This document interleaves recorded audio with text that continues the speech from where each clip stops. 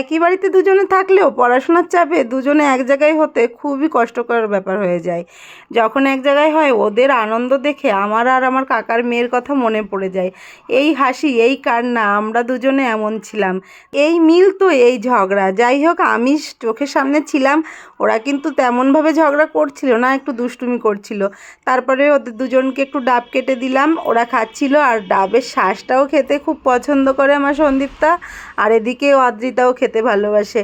আমার এই কন্যাদের যখন হাসি খুশি দেখি তখন আমার চোখটা সত্যি জুড়িয়ে যায়।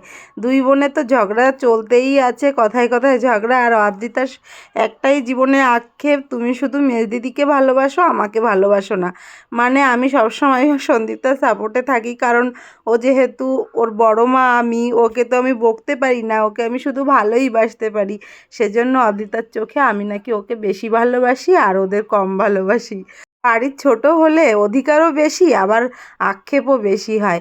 তারপরে দুজনে চলে এসছে উপরের ছাদে। আমি তো ওদের একা ছাড়তে পারি না, সেজন্য আমিও চলে এসেছি।